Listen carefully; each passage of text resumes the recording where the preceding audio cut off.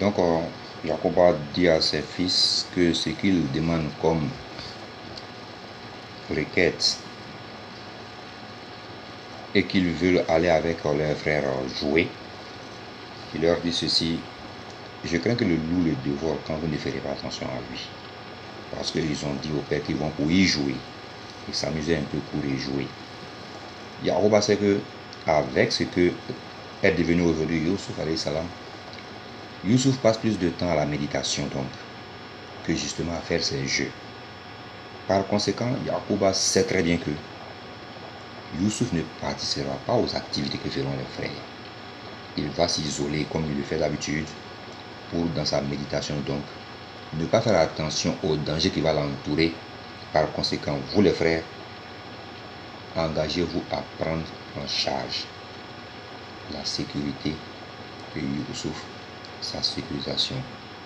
Cela nous enseigne une chose fondamentale.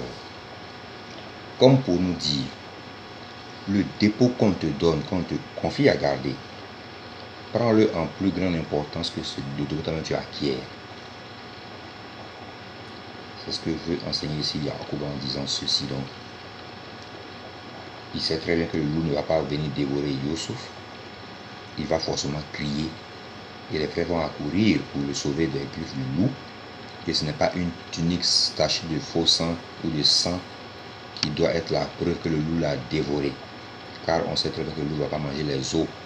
Il ne pourra même pas finir le corps de Youssouf. Par conséquent, le père sait donc très bien qu'il mente. Mais il y a une chose qui est importante dans ce que le père va leur répondre et que nous allons lire pour justement découvrir pourquoi cette sourate est si édifiante quand nous ne faisons pas attention à cette structuration dans la composition du texte coranique. Versets 11, 12, 13, 14, 15, 16 et 17, 18. On va lire ça qui nous édifie sur cette partie de l'histoire de Youssouf et de ses frères. Ils dirent: ô notre Père, car tu as ne pas te fier à nous au sujet de Joseph. Nous sommes cependant bien attentionnés à son égard. Envoie-le demain avec nous faire une promenade et jouer, et nous veillerons sur lui. Il dit: certes, je m'attristerai que vous l'ameniez, et je crains que le loup ne le dévore dans un moment où vous ne ferez pas attention à lui. Il dit: si le loup le dévore alors que nous sommes nombreux, nous sommes vraiment les perdants. Et lorsqu'ils lui ramenaient, ils se furent mis d'accord pour le jeter dans les profondeurs invisibles du puits.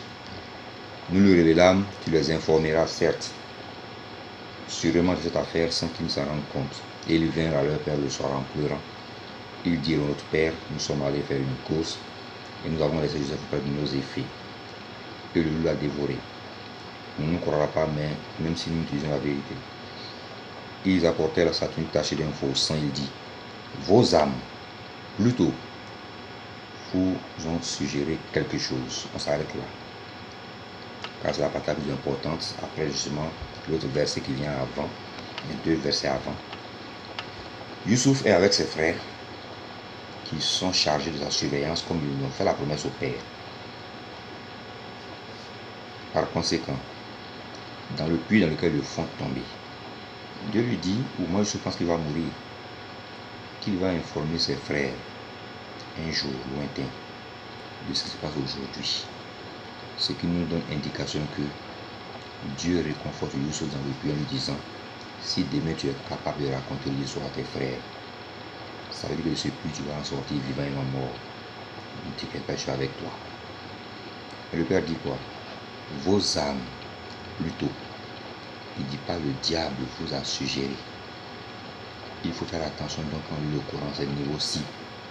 On voit donc très bien que l'histoire du diable, dans nos mauvaises actions, n'a aucune excuse dans l'affaire. Ce sont nos âmes qui nous suggèrent de faire le mal, c'est en ce moment que Satan vient t'aider à faire le mal. On voit donc bien que ce n'est pas l'initiateur du mal qu'on fait, mais il profite du fait que tu ouvres ta porte dans ton cœur à faire le mal. Par conséquent, on va retenir ceci pour conclusion que Dieu envoie des signes aux gens quand ils ont des difficultés pour leur expliquer et leur exprimer sa présence. Ça rassure, ça apaise.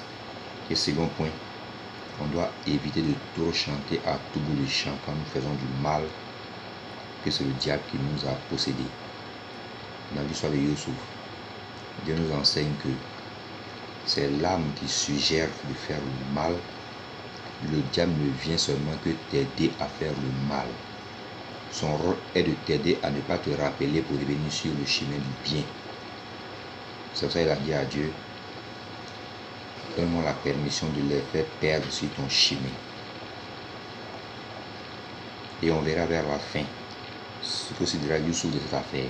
Par conséquent, nous arrêtons là aujourd'hui pour cette partie de la vie familiale qui est, selon les frères, tellement mal gérée par le père que ça a des répercussions de jalousie et d'envie dans leur cœur, et qu'on a vu que ces deux expressions, justement, dans le cœur d'un homme, poussent l'homme à commettre l'irréparable parfois. Par conséquent, on doit commencer à retenir en lisant l'histoire de Youssouf à tête reposée pour comprendre deux choses fondamentales. C'est ton action vis-à-vis de ce que tu fais avec ton âme qui ouvre la porte au diable. Ce n'est pas le diable qui ouvre la porte du mal qui est dans ton cœur, mais c'est ton cœur qui souffre par toi-même à cause de ce que l'âme suggère au cœur. Le diable vient trouver une porte ouverte, il y rentre. Et il prend possession de la maison. Parce que cela a remis les clés de la maison pour y habiter. Par conséquent, on doit tous apprendre à être moins jaloux dans l'acquisition des biens que nous avons et à être moins envieux. Ça va nous sauver de ces désagréments que nous faisons de tous les jours. Le second point est ceci. Ne prends pas le diable comme excuse du mal que tu commets de tes deux mains, ta bouche ou tes deux pieds. Car si tu n'as pas ouvert ton cœur à recevoir le diable, il n'y rentrera pas. Justement, c'est ce qui a été l'épreuve d'Abraham. Quand Dieu lui a un songe, il lui a dit, immole ton fils. Abraham s'est levé, il a immolé son fils. Il n'est pas allé réveiller un charlatan bien marabout pour lui demander de voir si le rêve qu'il a fait la nuit vient de Dieu ou du diable.